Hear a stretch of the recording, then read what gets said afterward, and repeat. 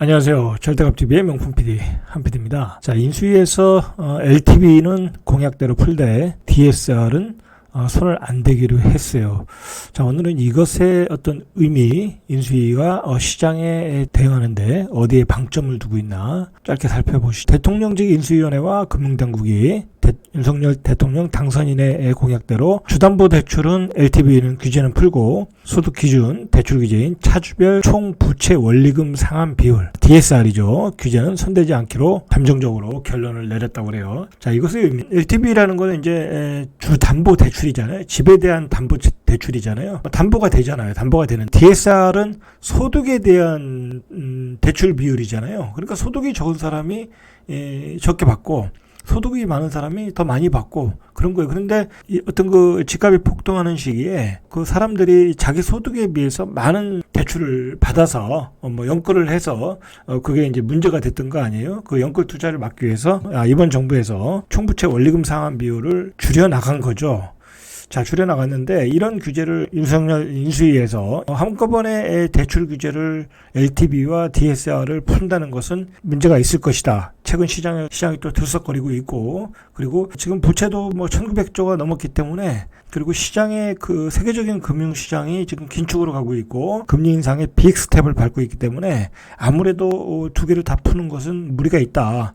그리고 가장 중요한 것은 지금 집값이 사이클상 고점인데 여기서 어떤 그 불인이들, 주택을 마련하는 일반 국민들이 무리하게 대출받는 어떤 통로를 열어주는 것은 인수위로서도 부담이 된다고 생각을 했어요. 집을 담보로 하는 규제, 이거는 분명히 담보가 되는 거니까 그건 풀어주되 DSR은 속도 조절이 필요하다고 생각을 했어요. 그래서 이제 이것의 의미는 집 살기에는 동동하게 주되 지금 집값이 급등하는 시기에 연끌은 막겠다라는 건 인수위의 어떤 생각이 아닌가 그렇게 생각이 듭니다. 자, 결국은 이런 대책이 나온 것은 어떤 최근 시장에 대한 대응이라는 거예요. 저는 기본적으로 이번 그 보수 정부는 지난 좌파 정부와는 좀 다른 게 좌파 정부는 어떤 정치적인 프레임을 갖고 대책이 나오다 보니까 시장에 부작용을 줬잖아요. 이 보수 정부는 그 시장이 뭐가 문제인가 하고 그 시장에 대한 치료의 방법으로 반응을 하고 있다. 그런 점에서 굉장히 긍정적인 데가 있어요. 대출 규제를 한꺼번에 완화할 경우 최근 들썩거리는 주택 시장을 다시 자극할 수 있다는 우려를 인식했다라는 거예요. 최근에 그 재건축 규제 완화, 그로 인해서 재건축 시장이 좀 들썩이고 있지 않습니까? 서울의 강남이라든지 노원구라든지 목동이라든지 거래가 조금 되고 호가가 들썩이고 있어요. 그런 시장에 대한 인식으로 나왔다라고 생각하면 될 것 같아요. 자, 그래서 인수위와 금융당국은 향후 부동산 시장의 변화를 면밀히 살펴보면서 대출 규제 완화를 점진적으로 확대해 나가겠다라는 이야기예요. 기본적으로 윤석열 정부의 어떤 시장 방향이죠. 시장 경제, 사고 싶은 사람 사고 살 수 있도록 평등하게 기회를 주겠다라는. 자, 그래서 이제 15억 대출 규제도 푼다고 하지 않겠습니까? 지난 좌파 정부에서 그 15억 규제를 만들어서 진짜 강남에 진입을 하고 싶은 사람들이 진입을 못했잖아요. 자, 그게 말이 안 됐던 거죠, 사실. 이렇게 시장에 반응을 하면서 어떤 정책의 유연성을 갖고 있다. 그러나 방향은 시장 경제이다. 규제 완화라는 거예요. 지금 시장은 그럴 타임은 아니다. 속도를 봐서 어떤 정도를 조절하겠다라는 거예요. 자, 기본적인 것은 정치적 이념이 제거되고 시장 경제에 대응을 하고 있다라는 게 중요하다. 중요한 것은 현실적인 어떤 상황 인식이에요. 국민권에서는 윤석열 당선인의 공약인 생애 첫 주택 구입자 LTV 80% 주고 1주택자 지역과 관계없이 70%, 그러니까 LTV는 무주택자는 80%, 그 다음에 1주택자는 70%까지 주기로 했어요. 현재는 60%고 조정지구에서는 40%잖아요. 자, 이제 그것을 확대해 주겠죠. 자, 그런데 이 실제적으로 이런 LTV 규제가 실효성이 있으려면 원리금 상환액인 연소득의 한 40%를 넘지 못하게 제한한 차주별 DSR 손질도 불가피했어요. 자, 이 두 가지를 다 하려고 그랬는데 이 현 상황에서는 DSR을 풀기 어렵다라는 결론을 내렸어요. 집값 고점에서 무리한 대출은 부작용 될 수 있고요. 그리고 최근에 그 들썩거리고 있는 재건축 시장을 또 자극할 수 있다. 윤석열 정부에서는 이 공급에 대한 정책이 가장 중요하기 때문에 어쨌든 재건축 완화는 풀어줘야 되거든요. 자, 근데 그 재건축 완화를 풀어주는 거에 대해서 누누이 얘기하지만 지금 일반 그 사람들이 이 신문에 나오는 기사를 가지고 오해를 하고 있어요. 뭐 전부 다 용적률을 500% 올려준다. 뭐 완화하니까 뭐 그냥 뭐 끝도 없이 완화해준다. 뭐 그렇게 생각하는데 절대 그게 아니에요. 그렇게 될 수가 없는 거예요. 그것도 이제 선동하는 그런 사람들이 자 알맹이 없이 그 겉에 기사만 올리면서 그걸 읽고 그걸 본 사람들이 또 마음이 급하니까 재건축 시장으로 달려가면서 재건축 시장이 들썩거리는 거지 실제적으로는 안 그렇다. 자, 어쨌든 시장에 들썩거리니까 이렇게 한꺼번에 규제를 풀어주는 거에 대해서 속도 조절하겠다라. 자, 만약에 이렇게 LTV와 DSR을 일괄적으로 완화했다간 시장에 잘못된 시그널을 줄 수 있다고 인수위는 판단했어요.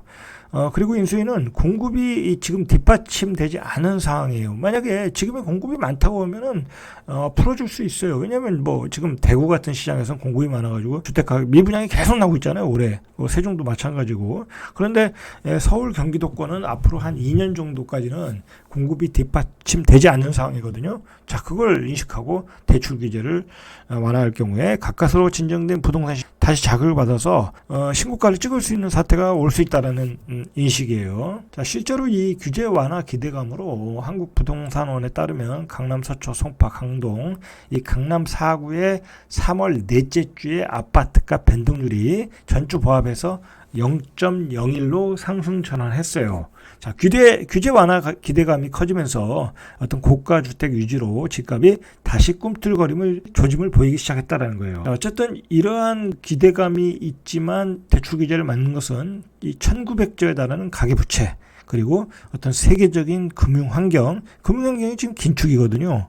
자, 이게 세계적인 그 문제가 뭐냐면 과다한 유동성과 코로나 위기가 만나면서 원자재 값이 폭등을 했어요. 그 인플레이션 때문에 지금 세계가 전쟁도 일어나 어떤 그 스리랑카인가요? 그런 그 개발도상국에서는 폭동도 일어나고 그 원자재 값 자, 그런 상태이기 때문에 지금 금리를 안 올릴 수가 없어요. 자, 금리 인상 시기에 우리는 무리하게 대출을 한다. 자, 뭔가 안 맞는다고 판단을 한 거예요. 그래서 앞으로 그 인수위의 방향은 차주별 DSR 이건 어쨌든 이것도 기회의 균등이라는 점에서 보면 불합리한 거거든요. 소득이 많은 사람은 많이 대출받고 소득이 적은 사람은 적게 대출받고 이것도 조금 문제가 있다고 생각을 하는 거예요. 그래서 어느 정도 기회는 균등하게 주자라는 게 또 윤석열 정부의 의지이기 때문에 향후 부동산 시장의 여건에 따라 단계적으로 푸는 방안이 유력하다라고 봐요. 이제 풀기는 풀되 시기를 봐가면서 풀겠다라는 거예요. 자, 그리고 윤석열 당선인이 이제 우선적으로 생각하는 게 뭐냐면 금융당국의 어떤 공급 확대. 윤석열 정부는 무조건 이제 공급이 우선이에요. 그 재건축 규제 완화도 그동안 그 도심주택을 재건축 재개발 안 했기 때문에 서울 도심의 아파트가 급등을 한다. 그래서 규제 완화를 하는 거예요. 집값이 급등시키기 위해서 규제 완화. 자, 그리고 최근에 그 중과세 규제 완화도 이 공급의 방점이 찍혔기 때문에 이 중과세 완화. 주택시장은 신규 주택 공급과 구축의 유통 물량이 이 두 가지 축이 있거든요. 근데 신규주택 공급은 실제로 거래가 되지 않고 누군가가 청약을 받는 거기 때문에 어떤 그 유통시장에 주는 공급 물량에는 한계가 있어요. 그런데 굳이 주택을 살려면 구축의 물량을 사야 되는데 일반인들이 그런 구축의 물량이 시장에서 유통되지 않았다라는 거예요. 이 중과세 규제로 인해서. 자, 그래서 이제 증여로도 가고 교환으로도 가고 그러지 않았습니까? 자, 그래서 중과세 규제 완화를 서두르는 거예요. 이렇게 공급에 초점을 맞추고 규제 완화를 시작하고 있는데 그 와중에 이제 집값이 들썩이니까 그러면 이제 대출 규제를 조금 서서히 풀겠다라는 게 인수위의 의도고 잘 대응하고 있다라고 보시면 돼요. 그래서 인수위가 지금 제일 먼저 서두르는 게 임대차 3법 수정이잖아요. 첫 번째 꼬인 그 실타래를 푸는 데는 임대차 3법 수정 폐지까지 생각하고 있어요. 그리고 공급 확대를 위해서 양도세 규제 완화, 재건축 규제 완화 그런 식으로 지금 가고 있어요. 그리고 중요한 것은 이러한 정책을 수행하는 게 어떤 정치적인 그 이념을 가지고 어떤 정치인들, 국회의원들이 이 자리에 앉아서 추진하는 것이 아니라 전문가 집단으로 구성되어 있다라는 게 의미가 있다. 그래서 제가 이제 누누이 얘기하지만 이 보수 정권이 들어오면 집값은 안정될 수밖에 없어요. 전문가 집단에 의해서 공급에 초점을 맞춰서 그리고 시장의 자율적인 그 흐름에 의해서 가게끔 만든다. 자, 그런 점이 있는 거예요. 자, 그래서 인수위는 최대한 주택 공급을 빠르게 늘리겠다라는 계획이에요. 이 공급에 초점을 맞췄어요. 자, 윤석열 당선인이 250만 주택을 공급하겠다고 했어요. 저는 윤석열 당선인의 어떤 캐릭터를 봤을 때는 이 양반의 특징이 뭐냐면 한다면 해요. 이 양반은. 우리가 이제 그 용산 집무실도 보면은 참 뭐 옮긴다 안 옮긴다라는 의미를 떠나서 그것의 어떤 찬반을 떠나서 이 양반의 그 밀어붙이는 힘이 굉장히 강한 것 같아요. 사실 청와대를 자기의 집무실을 지금 뭐 2달 예전에 기준으로 처음에 발표했을 때 기준으로 뭐 2달도 안 남았을 텐데 그거 2달 안에 옮긴다는 게 쉽겠어요. 근데 그렇게 밀어붙이는 거 보고 정말 대단하다. 뭐 여가부 문제도 그렇고. 그러니까 뭐 부동산 민심의 폭발로 당선이 된 윤석열 자신의 그 주택 공약을 그대로 공약을 안 지킨다는 것도 안 지킬 확률보다는 지킬 확률이 훨씬 높다라고 저는 생각을 해요. 이분의 캐릭터를 보면. 자, 그래서 이 인수위의 어떤 구성원들을 보면 다 전문가 집단들이고 그리고 지금 최근에 국토교통부와 서울시가 최근 도심의 주택 공급을 실행하기 위해서 TF팀을 만들었거든요. 그 김성봉가요? 그 양반이 이제 서울시 주택 정책을 주도했던 양반 아니에요? 자, 그런 양반들이 이제 서울의 집값을 찾기 위해서 도심의 주택 공급을 실행하기 위한 대책을 마련 중이다. 라고 이제 우리가 보면 될 것 같아요. 결국은 이 DSR도 지금은 이게 굉장히 까다롭거든요. 일단 작년에 이게 문제가 됐던 것은 지나치게 연끌을 해서 문제가 됐던 거 아니에요? 사실 뭐 작년에 연끌해서 집 산 사람들이 사실 지금 멘붕 상태예요. 주담보금리가 5%, 연말에 7%, 8% 되면 그 원리금 상한까지 들어가면 수입의 반을 내놔야 돼요. 이자와 원리금으로 내야 된다라는 거예요. 그래서 이제 이 DSR 규제가 나온 거예요, 사실은. 연끌하지 말아라. 어느 정도 이게 규제가 강했냐면 가계부채 관리 강화 방안에 따라 7월부터는 총 대출이 1억 원 이상인 차주, 순간 원리금 상한액이 연소득의 40%를 넘어설 경우 은행에서 대출을 받을 수가 없어요. 이게 이제 최근에는 이제 2억 원이거든요. 2억 원, 총 대출액이 2억 원인 경우에 원리금 상한액이 40% 넘을 수 없는데 7월부터는 1억 원이에요. 이러한 그 제도를 만든 것은 이제 연끌하지 말아라는 거거든요. 이거는 이제 지나치다라는 거죠. 지나치다. 이 DSR은 차주의 다음에 분명히 이제 조정이 될 거예요. 집값이 좀 안정되면. 이런 게 이제 평등한 기회를 주겠다라는 어떤 의지죠, 의지. 자, 결국은 지난 좌파 정부에서 지나치게 많은 규제가 집을 살 수 있는 평등한 기회를 다 상실시켜 버렸어요. 그런 생태계를 다 파괴해 버렸어요. 강남에 진입하고 싶은 사람은 강남에 진입 못했고, 집을 사고 싶은 사람은 집을 못 샀고, 뭐 조정지구가 되니까 뭐 LTV 40% 규제해 버리니까 집을 못 샀잖아요. 살 사람들이. 오히려 투자하고 투기하는 사람들은 빠져나가는 구멍들을 잘 알거든요. 또는 때로는 연끌도 하고. 자, 그렇게 해서 자산을 늘렸는데 순진한 일반 사람들은 이런 규제로 인해서 집을 못 샀어요. 그러나 이제 윤석열 인수위에서는 이제 그런 기회를 평등하게 줘야 된다. 가져야 된다. 그리고 시장에 많은 공급 물량을 주어서 가격을 안정시켜야 된다. 그런 정책을 이끌어가는 것은 전문가 집단이어야 된다. 그리고 결국은 공급의 방점을 갖고 가야 된다. 라는 거예요. 그러면서 이제 윤석열 인수에서 나오는 게 서울시 SH공사에서 나오는 게 이 강남의 원가주택도 얘기가 나오고 있거든요. 물론 이제 토지에 대한 임차료는 내고 건물만 가져가는 거죠. 이제 그래도 이제 강남에 5억 이하로 살 수 있는 그런 아파트를 줘주겠다고 하잖아요. 그런 서민들을 위한 원가주택도 지금 발표했고, 그리고 이제 장기전세 개념으로 뉴스테이도 부활한다고 그러고. 자, 그리고 이제 가장 문제가 지금 주택의 시장의 한 반 정도가 임차 전세로 사시는 분들인데, 전 월세로 사시는 분들인데, 임대인들을 너무 규제를 하고 임대인의 민간 임대가 주택을 공급하는 것을 막는 그런 제도들이 많았거든요. 자, 그러다 보니까 좌파 정부에서 그런 제도가 많다 보니까 전세 가격이 급등하니까 임대인과 임차인의 상생 구조를 만들어서 임대 시장에 싼 주택을 공급하겠다는 게 또 인수위의 의도예요.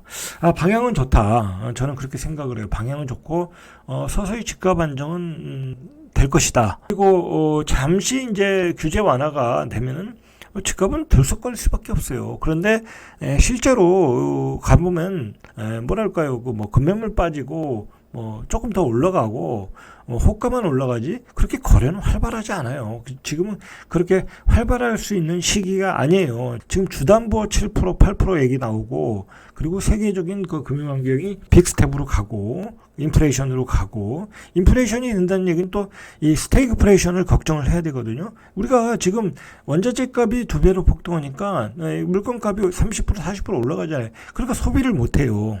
소비를 못한다. 그리고 금리가 올라가면 또 우리가 소비를 못해요. 그러면 경기 불황이 오는 거예요. 경기 불황이 오면 집값은 떨어질 수밖에 없어요. 자명한 논리니까 그렇게 어떤 전체적인 큰 그림을 가지고 가야 된다. 지금은 어떤 신문 기사에 하나하나에 반응하지 마시고, 그리고 부동산 업계에 종사하시는 분들의 그런 선동하는 글들에 반응하지 마시고, 전체적인 그림, 큰 그림, 지금 정부가 그리는 큰 그림, 그리고 세계적인 금융 환경, 그런 큰 그림, 그리고 내가 금리가 2.5%가 아닌 6%, 7%가 됐을 때 내가 감당할 수 있는가라는 걸 생각해. 감당할 수 있는 능력, 그것을 살피고 전체적으로 봐야 된다. 자기가 그 어떤 의지하고 있는 어떤 전문가 집단 뭐 그런 거에 연연하지 마시고 전체적인 그 흐름을 봐라.